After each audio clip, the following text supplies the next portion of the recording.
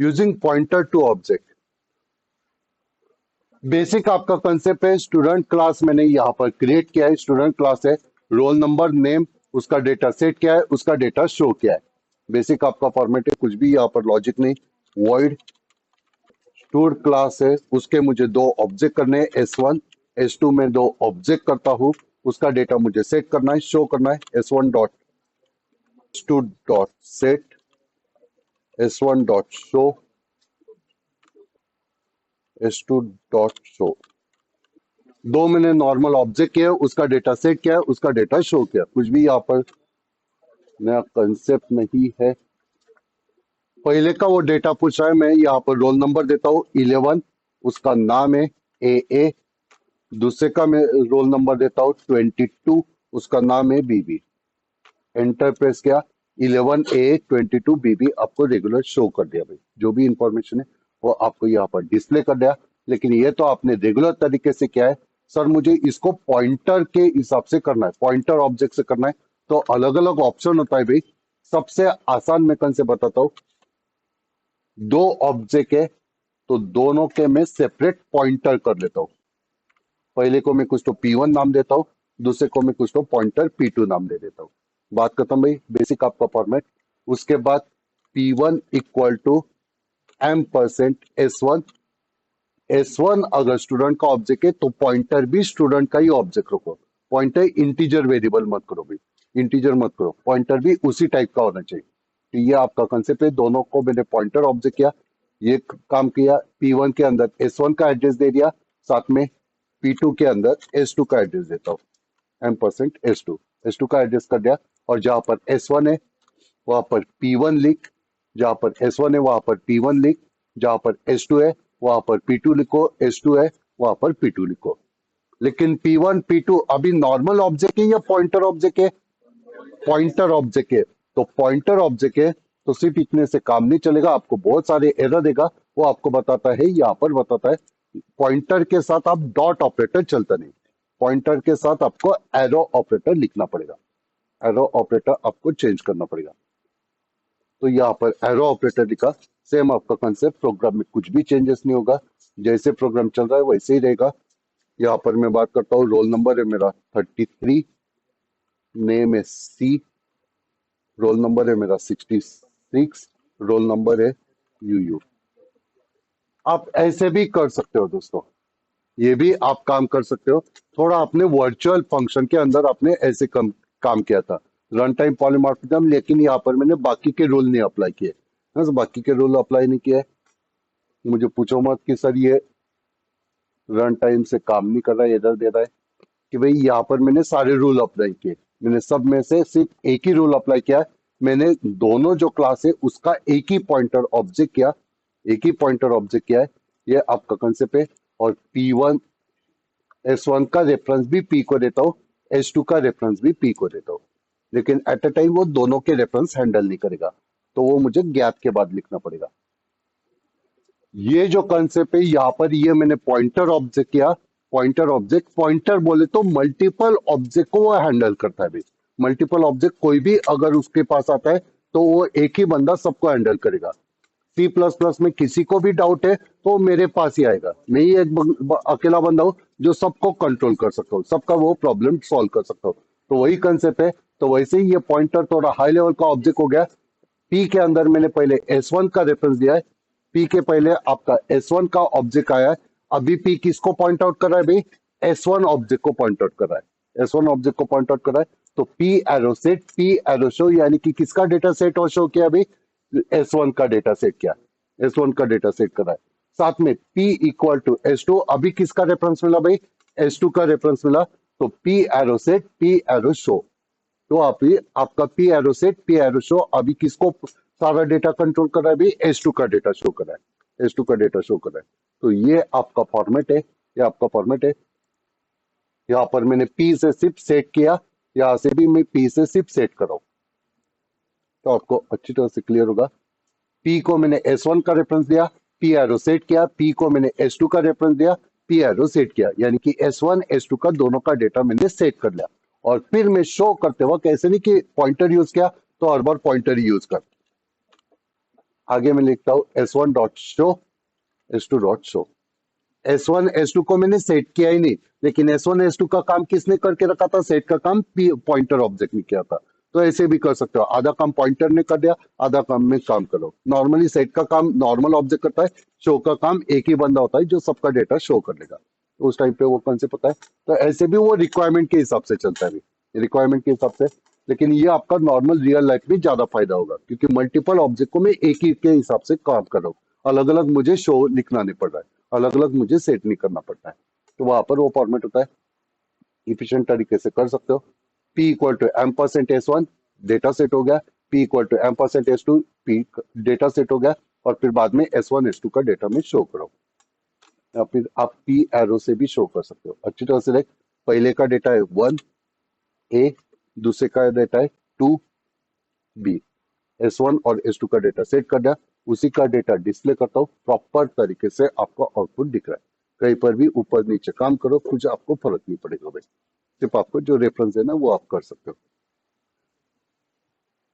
Heading दो this pointer, पहले बताओगे आउटपुट क्या आएगा, फिर बाद में बताओगे ऐसे क्यों हो रहा है और फिर कैसे सॉल्व करोगे। S1 डॉट सेट लिखा है मैंने, सेट के पास में कुछ वैल्यू पास करो। रोल नंबर है 10, चलो सिंपल ही करता हूँ, सिंगल कैरेक्टर ही मैंने डाला, जस्ट आपको डेमो के हिसाब से ही वो एग्जांपल देना है। ओके चलेगा, सिंगल कैरेक्टर में डाला, मल्टीपल डालोगे तो आधे पब्लिक उसी में अटक जाएंगे।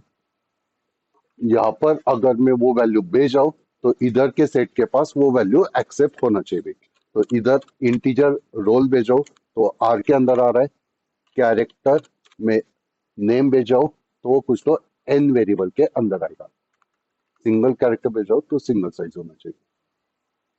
ओके चलेगा, तो यहाँ पर मुझे आर का वैल्यू रोल के अंदर डाला था, तो कंसेप्ट है, इसको मैंने कॉपी कर लिया, इसको मैंने कॉपी कर लिया, आर का वैल्यू रोल के अंदर, एन का वैल्यू नेम के अंदर मैंने कॉपी कर लिया, और फिर रोल और नेम को मैंने डिस्प्ले कर दिया। क्या आउटपुट आएगा भाई?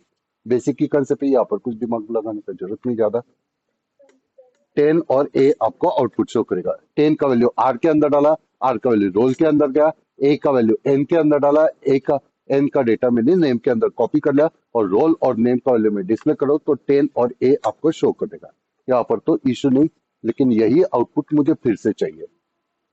10 और ये आपको आउटपुट आ रहा है, ये आपका कंसेप्ट है। प्रोग्राम अच्छी तरह से चल रहा है, लेकिन ये जो आर और एन जो है ना भाई, जो आपने यहाँ पर डिक्लेयर किया है, आर और एन को मैंने यहाँ पर डिक्लेयर किया है, और रोल और नेम को मैंने ऊपर डिक्लेयर किया है। तो जो ऊपर डिक्लेयर किया जाता है इसको इंस्टेंस वेरिएबल बोला जाता है, नहीं तो आप क्लास वेरिएबल बात करोगे, लेकिन उसको टेक्निकली इंस्टेंस वेरिएबल बोला जाता है। जो आपके स्टैटिक वेरिएबल होते हैं उसको क्लास वेरिएबल बोला जाता है। तो ये आपका इंस्टेंस वेरिएबल होता है, ये आपका इंस्टेंस वेरिएबल है। ये जो आपने इस ब्लॉक के अंदर डिक्लेयर किया, यानी कि इस ब्लॉक के अंदर डिक्लेयर किया, वो उस ब्लॉक के अंदर कहीं पर भी यूज कर पाओगे। तो रोल को मैं यहाँ पर यूज कर पाऊंगा, रोल को मैं इस ब्लॉक के अंदर यूज कर पाऊंगा, रोल को मैं इस ब्लॉक के अंदर यूज कर पाऊंगा। तो इंस्टेंस वेरिएबल को क्लास के अंदर कहीं पर भी यूज कर पाओगे। पब्लिक है, प्राइवेट है, प्रोटेक्टेड है, खुद के क्लास के अंदर कहीं पर भी यूज कर पाओगे।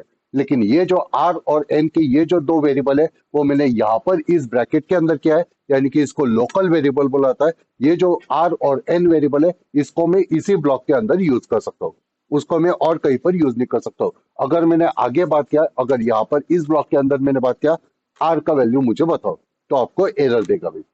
तो आपको एरर देगा, वो बता रहा है कि आर कौन है मुझे पता ही नहीं भाई, आर कौन है वो मुझे पता ही नहीं, वो आपका प्रोग्राम एग्जीक्यूट कर ही नहीं पा रहा है, क्योंकि आर यहाँ पर स्टार्ट हो रहा है और यहाँ पर खत्म हो रहा है भाई। यस, यहाँ से स्टार्ट होगा, यहाँ पर खत्म होगा। यस, वो आपने कंसेप्ट अप्लाई किया। दिवाली का कोई पटाखा यूज किया तो 5 मिनट तक वो जलेगा, बाद में वो बंद हो जाएगा, वो लाइफ लॉन्ग तक वो चलते नहीं रहेगा भाई, वो लाइफ लॉन्ग तक चलते नहीं रहता है। वैसे ही वो कंसेप्ट है, ये आपका लोकल ऑब्जेक्ट है भाई, लोकल वेरिएबल है, वो उसने ही एरिया तक है, ये आपका परमानेंट है। इसलिए मैंने वो लोकल का वैल्यू इंस्टेंस के अंदर यूज कर लिया, इसलिए रोल का वैल्यू मैं यहाँ पर यूज किया। तो आर के अंदर यानी कि रोल के अंदर क्या वैल्यू दिया था वो आप बाद में यूज कर पाओगे। आर को तो मुझे कॉपी तो करना ही पड़ेगा। ये तो आपका कंसेप्ट है। अभी मैं यहाँ पर थोड़ा सा चेंज करता हूँ। यह तो आपको अच्छी तरह से आउटपुट आ रहा है, 10A प्रोग्राम अच्छी तरह से चल रहा है। लेकिन अगर मैंने यहाँ पर बात किया, मुझे यहाँ पर करना है रोल लिखा और यहाँ पर मैंने लिखा नेम लिखा, स्पेलिंग का ही नाम मैंने चेंज कर लिया। तो मुझे आगे क्या लिखना पड़ेगा, एन तो लिखा नहीं भाई, तो यहाँ पर मुझे लिखना पड़ेगा नेम ही लिखना पड़ेगा, और आर तो लिखा नहीं, मैंने रोल ही लिखा, एग्जैक्टली रोल ही लिखना है मुझे। तो फिर क्या करोगे, ये प्रोग्राम आपका चलेगा तो नहीं भाई, ये आपका प्रोग्राम वर्कआउट तो करेगा नहीं। स्टूडेंट का एस मैंने ऑब्जेक्ट किया, तो एस आपका ऑब्जेक्ट है, स्टूडेंट ऑब्जेक्ट के अंदर आपका रोल और नेम दो आपने वेरिएबल क्रिएट किए, तो रोल और नेम के लिए आपका मेमोरी अलोकेट हो गया, ये आपका मेमोरी अलोकेट हो गया। जब आपने ऑब्जेक्ट किया तो ये आपका मेमोरी अलोकेट हो गया। एस डॉट सेट 10 और ए वैल्यू में भेजाओ, 10 वैल्यू मैंने रोल के अंदर भेजा, ए वैल्यू मैंने इस नेम के अंदर भेजा। फिर से ऊपर यहाँ पर मैंने लिखा है आईएनटी रोल आईएनटी क्या नेम, ये दो वेरिएबल मैंने क्रिएट किए। फिर से लोकल वेरिएबल उसने क्रिएट करेगा, अलग नाम से रोल नाम से फिर से उसने वेरिएबल किया, ये आपका नेम नाम से फिर से उसने वेरिएबल क्रिएट किया। 10 का वैल्यू रोल के अंदर भेजा, ए का वैल्यू इस नेम के अंदर भेजा, इस रोल के अंदर 10 आ गया, इस नेम के अंदर ए अल्फाबेट आ गया, ए अल्फाबेट आ गया। अभी यहाँ पर मैंने लिखा है, अभी यहाँ पर मैंने लिखा है रोल इक्वल टू रोल, अभी उसको दिखा रोल इक्वल टू रोल दिखा, तो कभी भी वो कंसेप्ट कहता है उसको जो नजदीक वाला दिखता है उसी को वो पहला रेफरेंस देता है। स्कोप रिजोल्यूशन ऑपरेटर में मैंने स्टार्टिंग में बताया था, एक ग्लोबल लेवल का होता है और एक लोकल लेवल का होता है, तो कभी भी आपका लोकल को ही पहले पकड़ता है भाई। बस अगर मैंने श्रेयस को पूछा कि भाई मुझे 2 मिनट पेन दो, तो वो खुद का ही पेन देगा भाई, वो खुद का ही पेन देगा, वो विपुल से वो पूछेगा नहीं। बस विपुल ऑलरेडी बातें करने में बिजी है, तो वो विपुल से पूछेगा नहीं, अर्णव से पूछेगा नहीं, बस वो ऑलरेडी मोबाइल में बिजी है, तो उसको डिस्टर्ब नहीं करेगा। वो बोलेगा मेरे पास ऑलरेडी पेन है, तो मेरा ही वो पेन दे देगा। श्रेयस शिवम खुद का ही पेन मुझे दे देगा, वो दूसरे को पूछेगा नहीं भाई तेरा पेन सर को दो। तो यही कंसेप्ट होता है, उसको नजदीक में दिखता है रोल, तो वो खुद का ही रोल पकड़ेगा। इसको दिखता है, इसको मैंने बात किया, यहाँ पर मैंने रोल बात किया, तो ये भी मुझे यही रोल को पॉइंट आउट करेगा, वो दूर वाले रोल के पास जाता ही नहीं, वो दूर वाले रोल के पास जाता ही नहीं। ये मैंने जनरल वर्ड में बता दिया, टेक्निकल वो कंसेप्ट वही होता है कि वो लोकल वेरिएबल को ही कंसिडर करता है, वो ग्लोबल वेरिएबल या इंस्टेंस वेरिएबल के पास वो नॉर्मली जाता नहीं। ये उसका सी प्लस प्लस का खुद का रूल होता है। मुझे क्या काम करना था, मुझे क्या काम करना था, इस रोल का वैल्यू इस रोल के अंदर कॉपी करना था। सर क्यों, क्योंकि ये रोल तो बाद में खत्म हो जाएगा, ये ऑब्जेक्ट तो आपका बाद में डिस्ट्रॉय हो जाएगा, ये आपका डिस्ट्रॉय हो जाएगा। मुझे तो परमानेंट मेरे साथ कौन चलने वाला है, यही दो रोल और नेम चलने वाला है। तो मुझे क्या करना था, ये जो टेम्पररी वाला जो रोल है उसका वैल्यू मुझे उधर कॉपी कर लेना था, इसका जो रोल है उसका ये जो वैल्यू है ये मुझे यहाँ पर कॉपी कर लेना था। रोल का वैल्यू, इस रोल का वैल्यू यहाँ पर कॉपी करोगे तो क्या होगा, इस रोल का वैल्यू यहाँ पर आ जाएगा, यहाँ पर आ जाएगा, इस नेम का वैल्यू यहाँ पर आ जाएगा, ए का वैल्यू यहाँ पर आ जाएगा। तो इसको मैं बाद में आराम से यूज कर सकता हूँ, शो फंक्शन के अंदर मैं आराम से रोल और नेम को डिस्प्ले कर सकता हूँ। ये आपका कंसेप्ट मुझे करना था, यानी कि मुझे क्या करना है, इस रोल का वैल्यू इस रोल के अंदर डालना है, लोकल वेरिएबल का वैल्यू मुझे इंस्टेंस वेरिएबल के अंदर डालना है। तो फिर कैसे डालेंगे भाई, यहाँ पर रोल लिखा तो हर बार वो खुद का ही रोल दिखाता है। ये आपका सॉफ्टवेयर जो है ना, ये इस प्रोग्राम को एग्जीक्यूट तो कर लेता है लेकिन आउटपुट गलत दिखाता है। टर्बो सी के अंदर आप एग्जैक्टली एग्जीक्यूट करोगे तो आपको टर्बो सी डायरेक्ट एरर ही दिखाएगा, वो आपका स्टार्ट करता ही नहीं। ये सॉफ्टवेयर कुछ तो आपको काम कर लेगा लेकिन आपको आउटपुट तो गलत दिखाएगा। रोल नंबर कहाँ से उठा है भाई, उसने 16 उठा दिया, मैंने तो 10 डाला था, 10 और ए डाला था, 16 वो जीरो कुछ उसका फिक्स वैल्यू है, बस रैंडमली उसका वो फिक्स वैल्यू। कल भी आपको यही दिखा रहा था, मैंने कल शाम के बैच में दिखाया था, तो वहां पर भी यही दिखाता था। ये आपका ये सॉफ्टवेयर काम कर लेता है लेकिन आउटपुट तो गलत दिखा है। बस 10 का 16 रोल नंबर किया, यहाँ पर मैंने 10 डाला है भाई, तो उसने 16 उसका खुद का फेवरेट नंबर उसने उठा दिया भाई। तो ये आपका कंसेप्ट है, आउटपुट तो गलत दिखा रहा है भाई, और नेम का तो कुछ दिखाया नहीं भाई। ये आपका कंसेप्ट है, ये आपका कर रहा है। टर्बोसी के अंदर एग्जीक्यूट करोगे डायरेक्ट आपको एरर दिखाएगा कि भाई उसका वैल्यू कुछ नहीं, नहीं तो रैंडमली कुछ भी वैल्यू दिखाता है, नॉर्मली वो रैंडम ही वैल्यू दिखा रहा है अभी भी। तो ये आपका कंसेप्ट है, ये आपका कंसेप्ट है, वो उसने मुझे प्रॉपर आउटपुट तो दिखाया नहीं। तो मुझे क्या करना था भाई, ये रोल बोले तो इस रोल को पॉइंट आउट करना था, और ये रोल बोले तो मुझे क्या करना था, ऊपर वाले रोल को पॉइंट आउट करना था। तो उस टाइम पे आपको ये कंसेप्ट लिखना है। तो ऊपर वाले रोल को इंस्टेंस वेरिएबल को मैं एसेस करूंगा कि भाई ये रोल बोले तो कौन है भाई, करंट ऑब्जेक्ट कौन चल रहा है, एस, एस के अंदर का रोल नंबर, ये मुझे पॉइंट आउट करना है, करंट ऑब्जेक्ट को मुझे पॉइंट आउट करना है। तो उस टाइम पे आप दिस पॉइंटर यूज कर सकते हो, उस टाइम पे आप दिस पॉइंटर यूज कर सकते हो। ऐसे दिस के बहुत सारे यूज है, जो आप यहाँ पर लिख रहे हो दिस का same to same copy paste आपको नेक्स्ट सेमेस्टर में करना है। सेम टॉपिक आपको, सेम एग्जांपल आपको देना है, सिर्फ ऊपर का आपका वर्ड मेन वगैरह वो थोड़ा अलग होता है, बाकी अंदर का क्लास आपको ऐसे ही लिखना है मोस्ट ऑफ 90%। सेम कंसेप्ट आपको नेक्स्ट सेमेस्टर में भी पूछाएगा, तो दिस को याद रखो, एग्जाम्पल को याद रखो, ये आपका कंसेप्ट है। तो अभी मैंने बात क्या किया, नॉर्मल नेम लिखा तो ये करंट नेम को कंसिडर करेगा, दिस एरो नेम लिखा तो इंस्टेंस ऑब्जेक्ट को, इंस्टेंस वेरिएबल को पॉइंट आउट करता है। ऐसे आपको दिस को बहुत बार यूज कर सकते हो। मुझे करंट ऑब्जेक्ट को रिटर्न करना है, करंट ऑब्जेक्ट को रिटर्न करना है, तो उस टाइम पे भी आप दिस को रिटर्न कर सकते हो। दिस बोले तो करंट ऑब्जेक्ट को पॉइंट आउट करता है, दिस एक आपका पॉइंटर होता है जो करंट ऑब्जेक्ट को पॉइंट आउट करता है। पहले के प्रोग्राम में मैंने किया था, यहाँ पर S1 S2 मैंने यहाँ पर लिखा था S1 S2, और उसको पॉइंट आउट करने के लिए मुझे एक सेपरेटली मुझे खुद से पॉइंट आउट करना पड़ा, सेपरेटली खुद से पॉइंट आउट करना पड़ा, और फिर उसको मुझे बताना पड़ा P equal to M% S1 या S2। ये मुझे खुद से करना पड़ा, पॉइंटर खुद से करना पड़ा, उसको रेफरेंस खुद से करना पड़ा। दिस के तेरी में आप वही लिखोगे, दिस ये जो पॉइंटर होता है उसके पहले आपको स्टार दिखेगा नहीं, यहाँ पर भी आपको स्टार दिखता नहीं, क्रिएट करते वक्त ही आप स्टार दिखते हो नॉर्मली। तो दिस के पहले दिस ये जो पॉइंटर ऑब्जेक्ट होता है वो आपको खुद से क्रिएट नहीं करना होता है।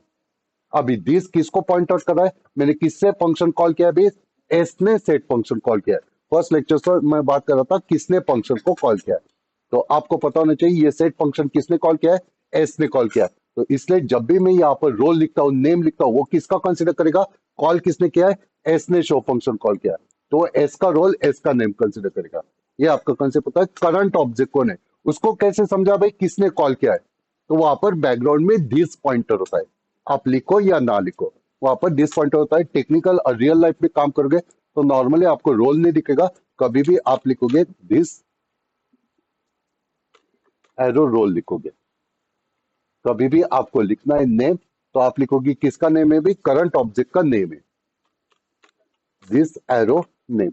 जब आपने वो बाइनरी ऑपरेटर को यूज किया है तो आपने लिखा है hour X dot hour equal to hour plus P dot hour लिखा था, तो वो बीच में आपने नॉर्मल आवर को रखा था, तो वहां पर ऑफिशियली आपको लिखना पड़ेगा X dot hour equal to this dot hour plus P dot hour होता है। लेकिन यहाँ पर वो चल जाता है, वो इनडायरेक्टली वो कंसिडर कर लेता है। बीच का आवर वो कौन सा करेगा, जिसने फंक्शन को कॉल किया है, यानी कि वो दिस डॉट आवर होता है। बस वो आपका कंसेप्ट होता है। तो दिस पॉइंटर यानी कि आपके करंट ऑब्जेक्ट को रेफर करने के लिए यूज होता है। ये आपका लिखने का स्टैंडर्ड तरीका होता है, लेकिन यहाँ पर तो आपको ऐसे ही लिखना पड़ेगा, तो ये वो करंट ऑब्जेक्ट का वो रोल और नेम को पॉइंट आउट करेगा। तो दिस पॉइंटर आपको क्रिएट करने का जरूरत नहीं होता है, उसको आपको रेफरेंस देने का जरूरत नहीं होता है।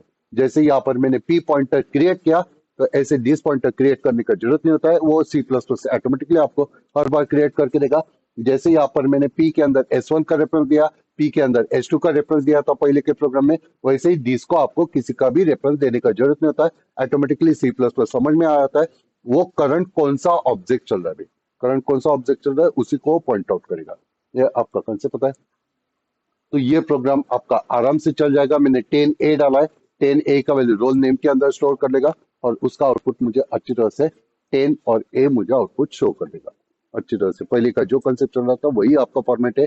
आपको कोई नया प्रोग्राम नहीं करना है, आपको सिर्फ ये थ्योरी के लिए आपको बताना है, थ्योरी के लिए आपको ये कंसेप्ट बताना है। ये आपका फॉर्मेट है। It is a special pointer object which is used to access current object. There is no need to create this pointer explicitly. Also, there is no need to refer any object to this pointer. Next point लिख सकते हो। Compiler will create or set reference to this pointer. Every class have single copy of this pointer. Class के अंदर एक ही copy रहेगा this pointer का, वो multiple copy नहीं होता है कि आप बहुत सारे पॉइंटर को बना जाओगे। उसी का कंसेप्ट है भाई। पहले मैं S1 का रेफरेंस देख रहा हूँ, S1 का एड्रेस क्या है, S2 का एड्रेस क्या है, ये मैं यहाँ पर देख सकता हूँ। एम्परसेंड से आपको उसका एड्रेस मिल जाएगा, S1 S2 का एड्रेस क्या है। और उसके बाद मैंने S1 ने शो फंक्शन कॉल किया, बाद में S2 ने शो फंक्शन कॉल किया। S1 ने शो फंक्शन कॉल किया, यहाँ पर अभी ये जो दिस है वो किसको पॉइंट आउट करेगा भाई, S1 ऑब्जेक्ट को। तो दिस का अगर मैंने वैल्यू देखा तो दिस में भी किसका एड्रेस होगा भाई, S1 का एड्रेस होगा। बाद में जब सेकंड टाइम पे जब S2 कॉल कर रहा है, S2 कॉल कर रहा है, तो वो फिर से शो फंक्शन के पास आएगा। अभी दिस किसको रेफर करेगा, S2 को रेफर करेगा, और वो किसका एड्रेस दिखाएगा फिर, S2 का एड्रेस दिखाएगा। तो S1 S2 पहले के दो रेफरेंस और बाद में दो रेफरेंस आपको दोनों के सेम दिखेंगे। वही मैं बात कर रहा हूँ, वो करंट ऑब्जेक्ट को ही वो पॉइंट आउट कर रहा है। तो यहाँ का ये एड्रेस देखो, ये S1 का एड्रेस है, और दिस में भी पहले कौन सा एड्रेस दिखा है भाई, सेम आपका एड्रेस है भाई। हाँ सेम एड्रेस है, लास्ट का ही कैरेक्टर चेंज है, एफ एफ वाला S1 का एड्रेस है, ई वाला आपका S2 का एड्रेस है। समझ में आया, दिस के पास किसका एड्रेस गया, S1 का ही एड्रेस गया। सेकंड टाइम पे जब मैंने S2 ने कॉल किया तो वो किसका एड्रेस गया भाई, S2 का ही एड्रेस गया। तो वही कंसेप्ट है, करंट ऑब्जेक्ट का ही वो एड्रेस इनडायरेक्टली वो पास करता है। जैसे आपने पी के अंदर वो एड्रेस पास किया था, वैसे वो फॉर्मेट होता है दिस पॉइंट पर। फाइल ऑपरेशंस आपने हेडिंग दिया, फाइल हैंडलिंग है, normal variable store data on primary device storage, while by using file handling data on secondary storage, which is permanent, and we can store huge data. Also, it is more reliable. We can recover it. Normally concept होता है, जब भी आप variable create करते हो, normal variable वगैरह create करते हो, तो वो जो वेरिएबल का डेटा है वो आपके कंप्यूटर के प्राइमरी मेमोरी के अंदर से होता है। प्राइमरी मेमोरी बोले तो रैम के अंदर आपका से होता है। रैम का डेटा जो होता है वो जैसे आप प्रोग्राम को क्लोज करते हो, रैम का डेटा आपका डिलीट हो जाता है, वो आपका परमानेंट नहीं होता है। और रैम का डेटा आप रिकवर कर नहीं सकते क्योंकि बाद में आप यूज ही नहीं कर पाते। रैम का डेटा आपका टेम्पररी होता है। वही बहुत सारा डेटा होता है, स्टूडेंट का रोल नंबर नेम वगैरह मैंने स्टोर किया तो मुझे लाइफ लॉन्ग के लिए मुझे लगता है भाई, ना स्टूडेंट का नाम क्या है, रोल नंबर क्या है वगैरह, वो मुझे 3-4 साल तक लगता है, जब तक स्टूडेंट है तब तक। तो रोज के रोज मैं उसका नाम एंटर नहीं करते रहूंगा। तो उसको हम सेकेंडरी स्टोरेज पे मुझे कहीं पर स्टोर करना है, तो उसके लिए मुझे फाइल हैंडलिंग के ऑपरेशन लगते हैं। फाइल हैंडलिंग के ऑपरेशन लगते हैं। अभी फाइल हैंडलिंग के ऑपरेशन में आपके तीन मेन कंसेप्ट आते हैं, तीन मेन कंसेप्ट आते हैं। एक होता है फाइल को मुझे एसेस करना है, फाइल को मुझे एसेस करना है तो आपके तीन ऑपरेशन होते हैं मेन। एक होता है ओ एफ स्ट्रीम, एक होता है आई एफ स्ट्रीम, नहीं तो सबसे ऊपर होता है आपका एफ स्ट्रीम। स्ट्रीमिंग के हिसाब से ही चलता है। स्ट्रीमिंग मैंने आपको ऑलरेडी पता है भी, फर्स्ट चैप्टर में भी आपने देखा था, input stream output stream. Streaming is a process to flow of data from source to destination, एक जगह से दूसरी जगह पर लेकर जाना है, इसको स्ट्रीमिंग बोलाता है। एक एक कैरेक्टर एक एक वैल्यू मुझे ट्रांसफर करना है तो उसको स्ट्रीमिंग बोलाता है। तो वैसे ही आपका एफ स्ट्रीम होता है। अभी मुझे कहीं पर नॉर्मल जगह पर काम नहीं करना है भाई, स्ट्रीमिंग मुझे नॉर्मल जगह पर नहीं करना है, आपका इनपुट आउटपुट पे नहीं करना है, मुझे फाइल के ऊपर स्ट्रीमिंग का काम करना है। तो उसके लिए आपका मेन कंसेप्ट होता है एफ स्ट्रीम होता है। एफ स्ट्रीम से मैं सारे ऑपरेशन कर सकता हूँ, लेकिन उससे आपका मेमोरी भी ज्यादा जाएगा भाई। सारे ऑपरेशन करना है तो मेमोरी भी ज्यादा जाएगा। तो अगर मुझे मेमोरी बचाना है और मुझे सिर्फ रीडिंग का काम करना है, सिर्फ मुझे रीडिंग का काम करना है, तो उस टाइम पे मैं सिर्फ आई एफ स्ट्रीम यूज करूंगा। आई एफ स्ट्रीम या सॉरी, रीडिंग का काम करना है, यानी कि मुझे सिर्फ डिस्प्ले करना है, डिस्प्ले करना है तो मैं आई एफ स्ट्रीम यूज करूंगा, आई एफ स्ट्रीम यूज करूंगा। अगर मुझे आउटपुट पे कुछ शो करना है यानी कि डिस्प्ले करना है तो मैं ओ एफ स्ट्रीम करूंगा। राइटिंग का काम करना है तो मैं ओ एफ स्ट्रीम यूज करूंगा। तो ये आपका कंसेप्ट होता है। दोनों के लिए वो सेपरेट काम है, मुझे रीड करना है या मुझे राइट करना है। तो एक के लिए सिर्फ आई एफ स्ट्रीम यूज कर, मुझे राइट करना है तो सिर्फ ओ एफ स्ट्रीम यूज कर। तो ये आपका कंसेप्ट है। एफ स्ट्रीम आपके दोनों ऑपरेशन साथ में कर लेगा, दोनों ऑपरेशन साथ में कर लेगा। यहाँ पर फाइल हैंडलिंग में आप तीन तरीके से आप काम कर सकते हो। एक होता है बाइट स्ट्रीम होता है, दूसरा होता है कैरेक्टर स्ट्रीम होता है, और तीसरा होता है आपका डायरेक्ट डेटा स्ट्रीम होता है। तीसरा आपका डेटा स्ट्रीम होता है। तो डेटा स्ट्रीम का थोड़ा प्रोग्राम कॉम्प्लिकेटेड होता है, उसको थोड़ा कॉम्प्लिकेटेड तरीके से आपको प्रोग्राम वगैरह होता है।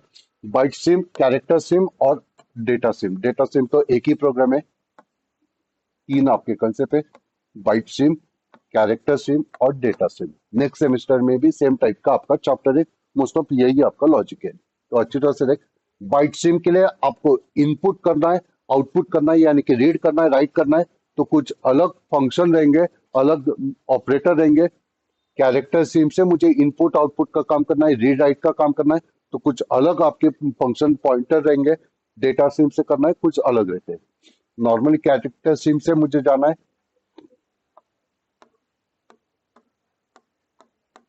गेट पुट आपको फंक्शन यूज करना है। गेट बोले तो रीड करना है, पुट बोले तो फाइल पे मुझे राइटिंग का काम करना है।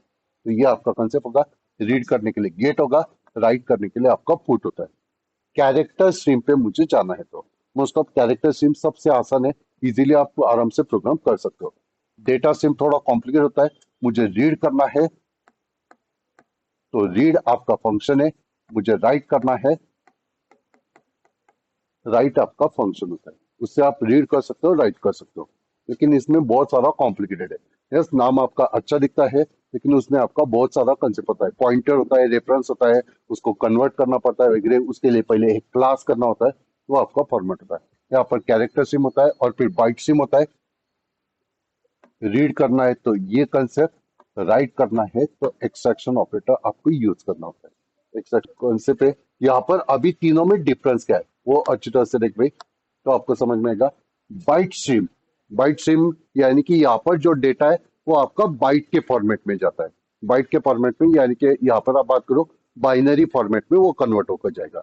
जो आपका डेटा टाइप है, यहाँ पर आपका इंटीजर, फ्लोट, डबल, कैरेक्टर, ये चार टाइप के डेटा आप यहाँ पर डाल सकते हो, वो उसके हिसाब से जाएगा। इंटीजर डालोगे, इंटीजर में मैंने 5 डाला तो भी 2 बाइट लेगा।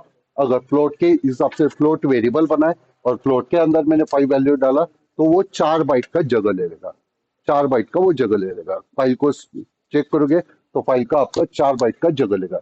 मैंने वैल्यू क्या डाला है, 5, ये नंबर ही डाला है, ये डिजिट ही डाला है, फ्लोट टाइप का।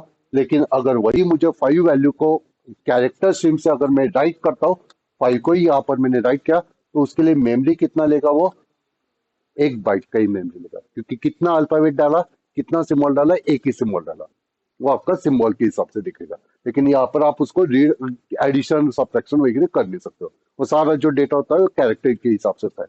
तो कैरेक्टर स्ट्रीम थोड़ा इफिशिएंट होता है, यहाँ पर ऐसे छोटे मोटे कर सकते हो। लेकिन सर मैंने ऑलरेडी एम्प्लॉय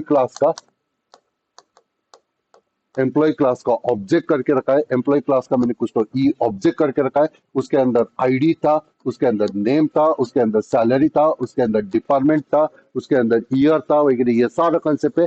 और ये सारा कंसेप्ट मुझे फाइल के अंदर सेव करके रखना है। इस स्टूडेंट का पूरा डेटा मुझे सेव करके रखना है, उसने फी कितना पे किया है, कौन से सब्जेक्ट लगाया, क्लास को आ रहा है या नहीं आ रहा है, ये सारा डेटा मुझे फाइल के अंदर राइट करना है। तो एक एक वैल्यू आप राइट करते बैठोगे क्या, और उसको फिर एसेस कैसे करोगे। तो डेटाबेस में आपने पूरा एक रिकॉर्ड ही आप कंसिडर करते हो डीबीएमएस के अंदर। तो वैसे ही ये पूरा जो एम्प्लॉय का ई ऑब्जेक्ट है वो मुझे फाइल के अंदर डालना है। तो उसके लिए फिर आपको डेटा स्ट्रीम यूज करना होता है। डेटा स्ट्रीम के अंदर रीड फंक्शन है और वहां पर मैं डायरेक्ट बात करूंगा, ई ऑब्जेक्ट को मुझे राइट करना है। तो एम्प्लॉय का जो ई ऑब्जेक्ट के अंदर जितना भी डेटा है वो सारा का सारा आप फाइल के अंदर राइट कर लोगे।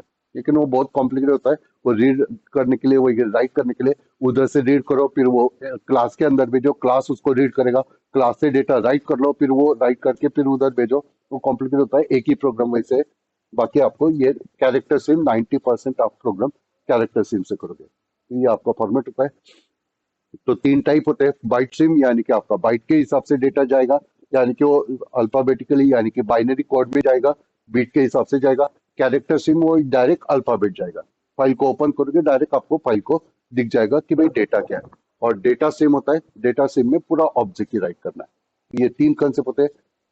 मुझे काम क्या करना है, रीड करना है या राइट करना है, उसके हिसाब से पहले मुझे ये ऑब्जेक्ट क्रिएट करने पड़ेंगे। ये आपके 3 कंसेप्ट होते हैं। एफस्ट्रीम लिखा तो रीड राइट दोनों का ऑपरेशन कर लेगा, सबके लिए यही कंसेप्ट है। हाँ भाई, इसके सिवा 90% तो नहीं है। एकदम हाई लेवल का प्रोग्राम जाना है तो ये कंसेप्ट है। एफस्ट्रीम के अंदर ये सबसे टॉप लेवल की क्लास है। उसके अंदर फिर आपका उसके सब लेवल पे आपका आई स्ट्रीम है और ओ एफ स्ट्रीम है। ओ एफ स्ट्रीम का ऑब्जेक्ट क्या, तो आप इंसर्शन ऑपरेटर को यूज कर सकते हो। OFSIM का ऑपरेटर यूज किया तो आप गेट यूज कर सकते हो। OFSIM का ऑब्जेक्ट किया तो आप रीड यूज कर सकते हो। तीनों सारा कंसेप्ट OFSIM के अंदर लिखा। IFSIM के अंदर तीनों कंसेप्ट, रीड के सारे कंसेप्ट इसी के अंदर लिखे। सिर्फ उसके बाद में फंक्शन पर्टिकुलर कौन सा करे उसके हिसाब से वो स्ट्रीमिंग चेंज हो जाता है। फॉर्मेट तो आपको ऊपर के क्लास तो आपकी यही होते हैं। तो ये फॉर्मेट होता है। IFSIM, OFSIM और FSIM, ये कंसेप्ट है तीन। FSIM सारे ऑपरेशन करेगा, IFSIM सिर्फ रीड करने के लिए, OFSIM राइट करने के लिए यूज होता है। राइट करने के लिए यूज होता है। FSIM का पहले मुझे ऑब्जेक्ट करना पड़ता है कुछ, तो मैंने एप ऑब्जेक्ट किया, IF मैंने कुछ तो ऑब्जेक्ट किया। यहाँ से आपको फाइल को ओपन करना पड़ता है। फाइल का नाम बताओ, फाइल का टाइप बताओ, मुझे रीड करना है, राइट करना है। तो यहाँ से मैंने फाइल को बता दिया और फिर बाद में ये पॉइंटर का यूज करके मुझे रीड करना है या राइट करना है। ये आपका फॉर्मेट होता है। सब में आपको फाइल तो ओपन करना ही पड़ेगा। दो प्रोग्राम हम देखते हैं, उससे आपको कंसेप्ट क्लियर होगा। उससे अगर वो अच्छी तरह से समझ पाओगे दो प्रोग्राम, यानी कि पहले का तो छोड़ दो, दूसरे का हेडर फाइल, आपको FSIM हेडर फाइल तो आपको लगी रहेगी, उसके सिवा तो आपका काम चलेगा नहीं। मुझे फाइल के अंदर राइटिंग का काम करना है, तो आपके पास फिर दो कंसेप्ट होते हैं। एक डायरेक्ट FSIM का ऑब्जेक्ट करो, नहीं तो फिर मुझे पर्टिकुलर सिर्फ राइट का ही काम करना था तो मैंने पर्टिकुलर OFSIM यूज किया। कोई भी आप यूज कर सकते हैं, FSIM से सारा काम होता है, लेकिन मुझे पर्टिकुलर राइटिंग का काम करना है तो मैंने OFSIM का ऑब्जेक्ट किया। OFSIM का OU मैंने कुछ तो ऑब्जेक्ट किया, कुछ भी नाम दो। और फिर आपका पास ओपन एक फंक्शन होता है। ओपन फंक्शन से सबसे पहले आपको फाइल को क्रिएट करना है। अभी मेरा कंसेप्ट क्या है, एक फाइल, नया फाइल कोई तो क्रिएट करो और उसके अंदर कुछ तो कंटेंट राइट करो भाई, उसके अंदर राइट करो। तो फाइल को मुझे क्रिएट करना पड़ेगा, तो फाइल को क्रिएट करते वक्त मुझे फाइल का नाम तो देना पड़ेगा भाई। तो यहाँ पर मैंने बात किया भाई, कुछ तो मैं नाम देता हूँ T1.txt।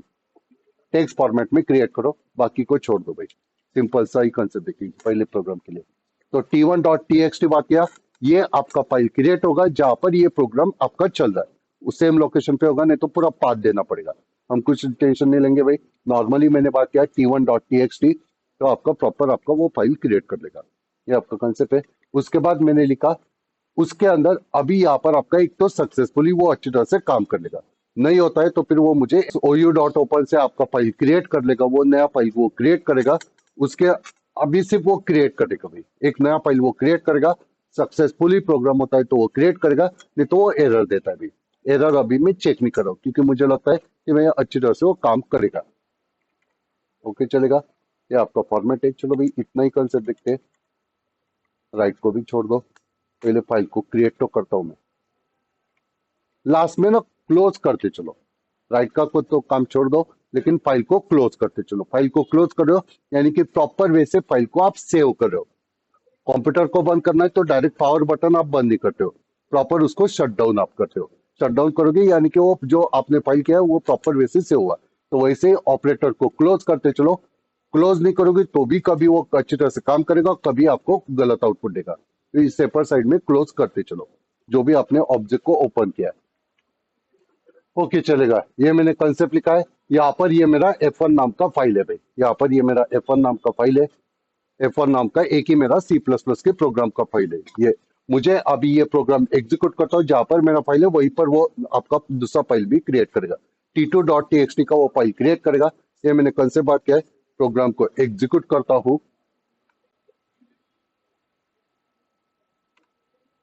T2.txt फाइल उसने क्रिएट करके दिया। T2.txt फाइल उसने मुझे क्रिएट करके दे दिया। ये आपका कंसेप्ट है। उसके अंदर मैंने कुछ लिखा नहीं। ओपन करोगे OFSIM से करोगे तो आपको नया फाइल वो क्रिएट करेगा, ये भी कंसेप्ट होता है। यहाँ पर आपको ये थियोरेटिकल कंसेप्ट क्या होता है। दो पॉइंटर होते हैं, एक आपका IFSIM और एक होता है OFSIM। OFSIM आपको राइट करने के लिए यूज होता है, IFSIM आपको रीड करने के लिए होता है। राइट करने के लिए वो नया फाइल क्रिएट करेगा। अगर पहले का फाइल बना है तो उसको वो डिलीट करके नया फाइल वो क्रिएट करेगा। सर कैसे सच में करेगा, क्या पहले को डिलीट? अभी देख भाई ये T2.txt है, उसके अंदर मैं कुछ तो मैसेज देता हूँ। ये मैंने यहाँ पर मैसेज लिखा है, कुछ तो हेलो मैसेज लिखा है। अगर आप देखोगे तो उसके अंदर हेलो मैसेज है। अगर मैं प्रोग्राम को फिर से एग्जीक्यूट करता हूँ, किस मोड से मैं ओपन कर रहा हूँ भाई? OFSIM से कर रहा हूँ। ये क्या बता रहा है? OFSIM का ओपन फंक्शन क्या बताता है? यहाँ पर वो पहले का जो फाइल है भाई, उस नाम से फाइल अगर पहले से फाइल बना है तो पहले के फाइल को डिलीट करेगा और फिर से सेम नाम से नया फाइल वो क्रिएट करेगा। वो पहले के फाइल को मैनेज नहीं करेगा। बाय डिफॉल्ट है, मैंने कुछ यहाँ पर एक्स्ट्रा नहीं बताया, आप खुद से बता सकते हो उसको अपेंड करना है क्या, उसको मॉडिफाई करना है क्या, न्यू क्रिएट करना है क्या, वो मोड होता है। वो आगे का मोड होता है। आगे का कंसेप्ट मैंने यहाँ से निकाल दिया। नहीं तो यहाँ पर आपके मोड होते हैं, 2 मास के लिए 4 मास के लिए पूछाएगा, iOS, स्कोप रिजोल्यूशन, और यहाँ पर होता है एपीपी। तो ये अपेंड मोड है, या फिर आपका इन मोड है, या आपका एटीई मोड है, या फिर कौन सा मोड है, ट्रंक मोड है। बहुत सारे मोड होते हैं। तो यहाँ पर मैंने कुछ रखा नहीं, यानी कि मैंने बात किया ओएफ सिम का जो डिफॉल्ट लॉजिक है वही मुझे अप्लाई करना है। तो उसका डिफॉल्ट लॉजिक कहता है अगर पहले से फाइल बनाए तो उस फाइल को डिलीट करेगा और नया फाइल वो क्रिएट करेगा। अगर पहले से फाइल नहीं है तो वो नया फाइल वो क्रिएट करेगा। अगर यहाँ पर मैं लिखता हूँ, अभी देखो यहाँ पर मैं लिखता हूँ T5 फाइल दिख रहा है क्या भाई, यहाँ पर कुछ भी फाइल नहीं, तो उस टाइम पे वो नया फाइल क्रिएट करेगा, कोई टेंशन नहीं भाई। फाइल को सेव करता हूँ, प्रोग्राम को एग्जीक्यूट करता हूँ, प्रोग्राम एग्जीक्यूट हो गया। T5 फाइल आपका क्रिएट हो गया भाई, T5 फाइल आपका क्रिएट हो गया। ओके चलेगा। T2 फाइल के अंदर मैंने ऑलरेडी कुछ तो बना है भाई, ऑलरेडी पहले से बना है, उसके अंदर हेलो मैसेज है। अभी अच्छी तरह से रहे, वो कब बना है वो भी अच्छी तरह से रहे, तो आपको अच्छी तरह से डिटेल क्लियर होगा। वो कब बना है भाई, कुछ तो 19/16 को वो क्रिएट हुआ है। अभी देख भाई, अभी मैं फिर से यहाँ से T2 फाइल को ही क्रिएट कर रहा हूँ, T2 फाइल को ही क्रिएट करा है। ये क्या बताता है, पहले का जो फाइल था 19/16 को जो आपने फाइल बनाया था उस फाइल को डिलीट कर और नया फाइल फिर से क्रिएट कर, T2 नाम से फिर से फाइल को क्रिएट कर। उसके अंदर का जो हेलो है वो आपका डिलीट हो जाएगा। प्रोग्राम को एग्जीक्यूट करो। पहले के फाइल को आपने डिलीट कर लिया, पहले के फाइल को आपने डिलीट कर दिया, उसने डिलीट कर दिया, हेलो आपका चला गया। और इसका अगर आप स्टैटिस्टिक्स देखोगे, ये कब बना है, पहले का फाइल 19/16 को बना था, ये कब बना भाई, 21/26 को बना, यानी कि करंट बना है भाई। समझ में आ रहा है, ये आपका कंसेप्ट है, अभी भी टाइम वही चल रहा है नियरली बहुत। समझ में आ रहा है भाई। तो ये फॉर्मेट है। नॉर्मली अपेंड ओपन फंक्शन क्या करता है, ओएफ सिम क्या करता है, पहले के फाइल को डिलीट करके वो नया फाइल वो क्रिएट करता है। ये आपका कंसेप्ट है। अगर मैं अभी बात करता हूँ यहाँ पर T5 लिखा तो कुछ प्रॉब्लम आएगा क्या भाई, वो नया फाइल वो क्रिएट करेगा। T5 नाम का कोई फाइल है क्या, नहीं है, तो वो नया क्रिएट कर लेगा। तो ये तो आपका काम करेगा। लेकिन अभी ये जो स्ट्रीम है ना, इसको मैं चेंज कर देता हूँ IF स्ट्रीम। तो IF स्ट्रीम क्या कहता है, रीड करने के लिए। रीड का लॉजिक क्या होता है, अगर पहले से कुछ है तो ही आप रीड कर पाओगे, पहले से ही कुछ लिखा है तो आप रीड कर पाओगे। मैंने बात किया कि ये व्हाइट बोर्ड का कंटेंट आप लिख लो, तो आप बोलोगे सर वहां पर तो कुछ लिखा ही नहीं, क्या रीड करेंगे। तो सेम कंसेप्ट पता है, मैंने क्या बात करा उसको, T5 फाइल को रीड करने के लिए तो ओपन कर। वो बोलेगा कि भाई वो फाइल ही दिख नहीं रहा है, मैं किसको ओपन करूं भाई, वो फाइल ही नहीं। तो रीड मोड इनपुट सिम आपका फाइल को तभी ओपन कर पाएगा जब वो अवेलेबल है। अगर नहीं अवेलेबल है तो आपको एरर देगा, नहीं अवेलेबल है तो एरर देगा। यहाँ पर मैंने एरर को कंट्रोल नहीं किया है, तो आपको कुछ वो बताएगा नहीं, लेकिन वो कुछ आपका काम भी नहीं करेगा, वो प्रॉपर वे से काम नहीं हुआ है। लेकिन अगर वो वहां पर T2 बात किया तो अच्छी तरह से वो रीड कर पाएगा। तो रीड करना है या राइट करना है, ये आपका कंसेप्ट है। अभी मैंने राइट का कंसेप्ट तो बता दिया, ओएफ सिम लिखा तो राइट करने के लिए काम करता है, आईएफ सिम किया तो वो रीड करने के लिए कंसेप्ट होता है। अभी नॉर्मली आपको प्रोग्राम करना है, ऐसे ही मुझे कोई तो फाइल क्रिएट करना है, T1.txt नाम का कोई तो मुझे फाइल क्रिएट करना है, और उसके अंदर मुझे कुछ तो कंटेंट राइट करना है। राइट करना है तो आपका पुट मेथड होता है, रीड करना है तो गेट मेथड होता है, और इसी से आपका सारा प्रोग्राम चलेगा भाई। आगे के सारे प्रोग्राम वही है कि फाइल के अंदर कुछ तो राइट कर भाई, उसके अंदर कितने वॉवेल्स है ये मुझे फाइंड आउट करके दे, उसके अंदर कितने कैरेक्टर्स डाले ये काउंट करो, फिर आपके सारे वो स्ट्रिंग के फंक्शन यूज करने, एक एक कैरेक्टर को रीड कर, काउंटर को बढ़ाते चल। तो अभी मुझे टी नाम से फाइल क्रिएट करना है, और टी के अंदर मुझे कुछ तो राइट करना है। तो आप लिखोगे, पॉइंटर कौन सा है, OU.put, पुट से आप राइट कर सकते हो। मुझे क्या राइट करना है, कैरेक्टर स्ट्रीम पे चल रहा है भाई, कैरेक्टर स्ट्रीम सबसे आसान है। तो कैरेक्टर स्ट्रीम बताता हूँ, मुझे क्या टाइप करना है भाई, मुझे ए टाइप करना है, और राइट हो जाएगा भाई। सच में कुछ प्रॉब्लम नहीं है तो राइट कर लेगा, कुछ प्रॉब्लम है तो फिर उसको कंट्रोल करना पड़ेगा, नहीं तो फिर मुझे पता है यहाँ पर कुछ एरर आएगा नहीं, इसलिए मैं लिख नहीं रहा हूँ। पेपर में भी इतना कोई कंपलसरी नहीं है। ABC यहाँ पर मैंने पुट किया, और बाद में फाइल को क्लोज करो। फाइल को क्लोज नहीं करोगे तो वो सेव नहीं होगा भाई, वो सेव नहीं होगा। ये आपका कंसेप्ट है, फाइल को प्रॉपर वे से क्लोज करना पड़ेगा। ये आपका कंसेप्ट है। फाइल को मैंने क्लोज कर लिया, प्रोग्राम को एग्जीक्यूट करता हूँ, टी फाइल क्रिएट हुआ, उसके अंदर एबीसी चला गया, एबीसी चला गया। ये आपका कंसेप्ट है, ये आपका फॉर्मेट है। अगर यहाँ पर मैंने इतना टाइप किया और डायरेक्ट मैंने खत्म कर दिया तो क्या बताता है, फाइल को सेव करना है क्या। अगर यहाँ पर मैंने कैंसिल कर दिया तो फिर क्या होगा भाई, वो लेटेस्ट जो मैंने कंटेंट चेंज किया वो रहेगा क्या भाई, वो नहीं रहेगा। इसलिए आपको लास्ट में क्लोज करना है। क्लोज करने का काम वही होता है, जो भी आपने उसने राइट किया है, मॉडिफाई किया है, वो आपको सेव करके रखना है क्या, वो सेव करके रखना है क्या। तो ये आपका कंसेप्ट है, समझ में आ रहा है। एबीसी मैंने कंटेंट को तो राइट कर लिया, सर इसी एबीसी कंटेंट को मुझे रीड करना है, रीड करना है। तो बात खत्म भाई, यही मुझे रीड करना है। तो यहाँ पर रीड के लिए आपका कंसेप्ट पता है, फिर से रीड का एक पॉइंटर बना सकता है तू। ये तो राइट के लिए चल रहा है, ये रीड नहीं कर सकता है। रीड के लिए कौन सा पॉइंटर होता है भाई, आईएफस्ट्रीम। आईएफस्ट्रीम का मैं कुछ तो आईयू कोई तो ऑब्जेक्ट करता हूँ। फिर से आप क्या लिखोगे भाई, कौन से फाइल को ओपन करोगे, अलग फाइल को या सेम फाइल को, सेम फाइल को ही, क्योंकि मुझे उसी के अंदर का। आप अलग फाइल का भी कंटेंट रीड कर सकते हो, कोई भी फाइल का कंटेंट रीड कर, लेकिन मैं सेम फाइल का लिखता हूँ, आईयू लिखता हूँ डॉट ओपन। सेम तरीके से कर भाई, आपको लिखना है T dot T x T. वो बाद में लिखा, नहीं तो फिर वो फाइल क्रिएट ही नहीं, और फिर आप ओपन करो तो थोड़ा प्रॉब्लम देगा। ओके चलेगा, ये आपका कंसेप्ट है। उसके बाद ये सारा मैंने राइट कर लिया, उस फाइल के अंदर राइट कर लिया, ओयू पॉइंटर को क्लोज कर लिया, यानी कि फाइल से हो गया। फिर से मैं उसको आईएफ रीड करने के लिए ओपन करो। अभी आपका कंसेप्ट क्या होगा, जैसे आपने ओयू डॉट पुट से राइट किया था, वैसे ही आपको पॉइंटर कौन सा है भैया अभी, आईयू डॉट गेट लिख, गेट आपका पॉइंटर होता है, उससे आप एक एक कैरेक्टर को रीड करोगे। एक एक कैरेक्टर को रीड करो और उसको आउटपुट में शो कर दो। वो जो कैरेक्टर रीड होगा वो आपको आउटपुट में शो कर दो। लेकिन ये नॉर्मली आपको शायद आस्की कोड दिखाएगा, उसको टाइप कास्ट करना पड़ता है, क्योंकि वो आस्की कोड दिखाता है। वो उसके फॉर्मेट में होता है, वो नॉर्मल नंबर नहीं दिखाता है, उसको आपको टाइप कास्ट करना पड़ेगा कैरेक्टर में।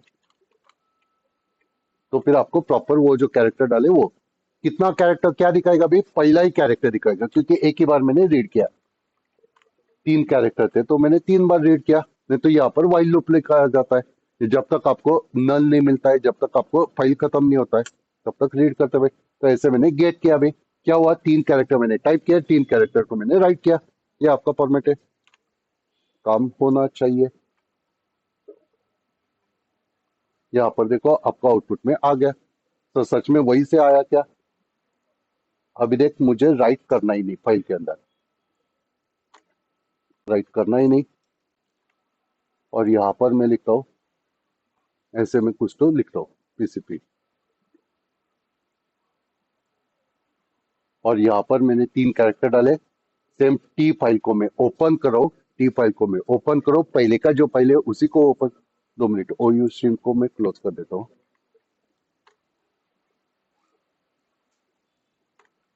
ओके चलेगा, रीड करो, फाइल को रीड करो, और उसके अंदर के 3 कैरेक्टर को मैं रीड करो। पहला कैरेक्टर आयु जो पॉइंटर है, वो टी फाइल के पहले कैरेक्टर पे रहेगा, उसके बाद दूसरे कैरेक्टर, उसके बाद तीसरे कैरेक्टर, उसके अंदर जो भी कंटेंट लिखा है वो आपको आउटपुट में शो कर देगा। पीसीपी जो भी फाइल के अंदर लिखा है वो आपका रीड हो गया। सर अभी यहाँ पर अगर मैंने लिखा है, टी फाइल के अंदर मैंने लिखा है,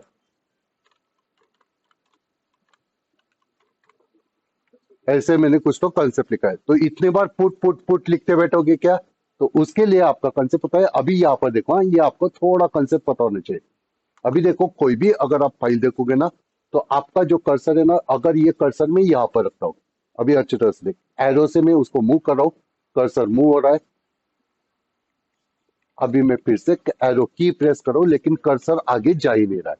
कर्सर आगे जा ही नहीं रहा है, क्यों नहीं जा आगे जा रहा है, फाइल के अंदर तो बहुत सारा जगह दिख रहा है, लेकिन आप वहां पर मैंने कुछ लिखा ही नहीं, वहां पर मैंने कुछ लिखा ही नहीं।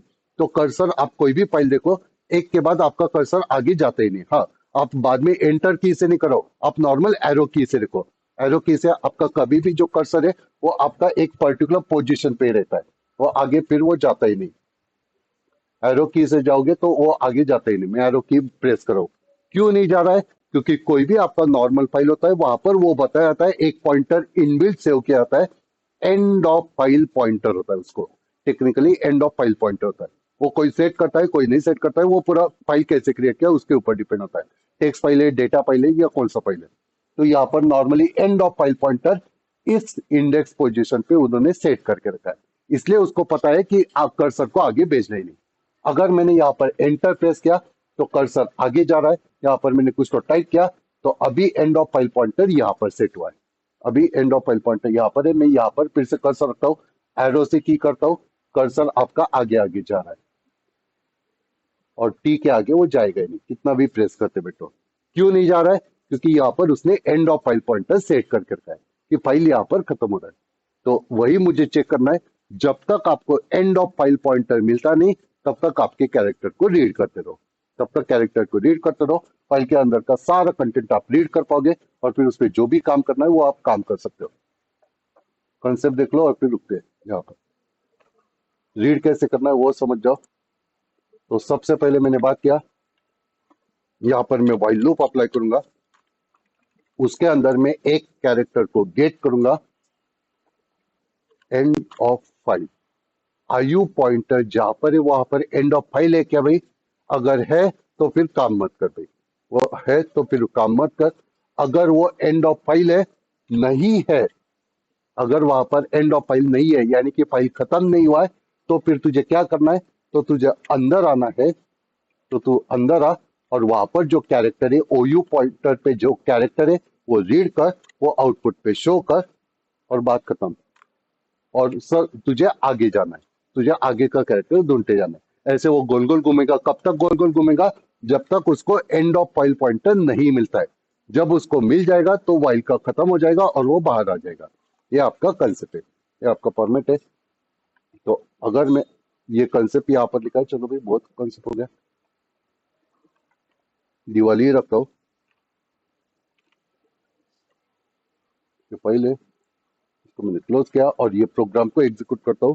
प्रोग्राम को एग्जीक्यूट करते हैं, आपको एज इट इज सारे के सारे कंटेंट मिल गए। अभी आपको 4 मास का प्रोग्राम होता है, अभी 4 मास का प्रोग्राम होता है। सर ये जो है, ये जो फाइल है इसके अंदर टोटल कितने कैरेक्टर्स है? क्या करोगे?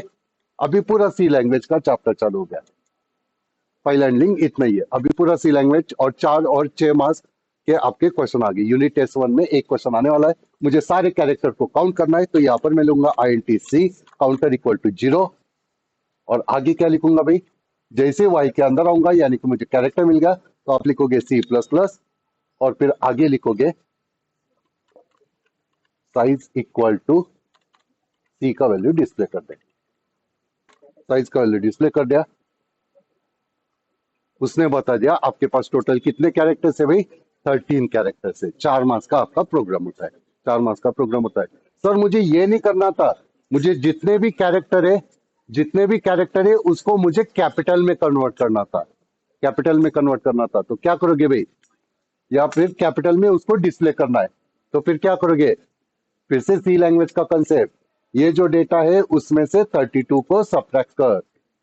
कभी तो सी लैंग्वेज में कंसेप्ट देखा था, आस्की कोड में से 32 को सब्ट्रैक्ट कर, आस्की कोड में से मैंने 32 को सब्ट्रैक्ट किया यानी कि स्मॉल का कैपिटल हो गया, और फिर उसको मैंने शो किया तो आपको सारे कैपिटल दिख जाएंगे। पहले 2 कैरेक्टर को खराब होगा लेकिन जाने दो। तो सारा कंसेप्ट आपका कैपिटल हो गया, वो एच और थोड़ा वो खराब हो गया, एच को मैंने ऑलरेडी रखा था, वहां पर कंडीशन डालना पड़ेगा कि सच में वो स्मॉल में है क्या। तो आपका कंसेप्ट है, समझ में आ रहा है? टोटल कितने कैरेक्टर्स है, टोटल कितने मुझे स्मॉल लेटर्स है, टोटल कितने मेरे अल्प सिंबल्स है, ये मुझे चेक करना है। इफ का कंडीशन डालो, वो आपस स्पेस दिखता है तो स्पेस आपका काउंट हो गया, अगर न्यू लाइन दिखता है तो न्यू लाइन काउंट हो गया, अगर टैब दिखता है /t दिखता है तो वो टैब काउंट हो गया भाई। ऐसे आप चेक कर सकते हो, ये आपका फॉर्मेट है। नॉर्मली आपका कंसेप्ट इतना ही है कि भाई ये आपका फॉर्मेट है, मोस्ट ऑफ आपको यही कंसेप्ट है। इतना प्रोग्राम लिखो, इससे आपका 6 मास का कंसेप्ट है भाई।